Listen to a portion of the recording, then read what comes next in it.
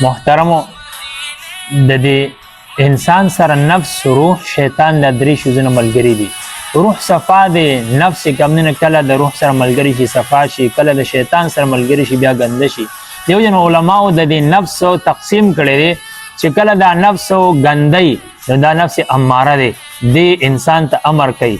کله انسان د خپل نفس غم شروع کی بیا نفس لوامه شي، انسان دا نفس د انسان ملامت کوي چې ګناه مکوا. او چې کله تزکیه شروع شي، ریاضت او دارنګ چې ګمنو ذکر او فکر شروع شي، دا نفس رو صفا شي، نفس ملهمه شي. فالهمها فجورها وتقواها. او چې کله بیا نفس ملهمه دی کې دی چې ګمنه دا نیکه او پیجنې بدای او پیجنې نه د دینه بعد دی په نیکو باندې عمل شروع کی بدون ځان اوساتی، بیا نفس راضیه شي، بیا نفس مرضیه شي.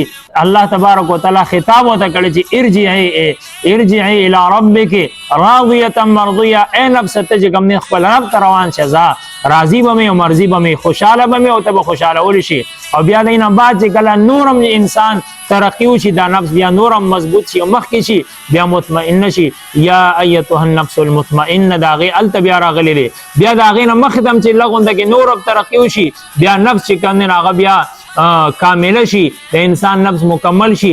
الا بذکر الله تطمئن القلوب. دی وجه خپل نفس په بدی طریقې سره سمو، بخپل نفس مغلوبه کو بیا ولا مونږ ته کامیابی ملایي.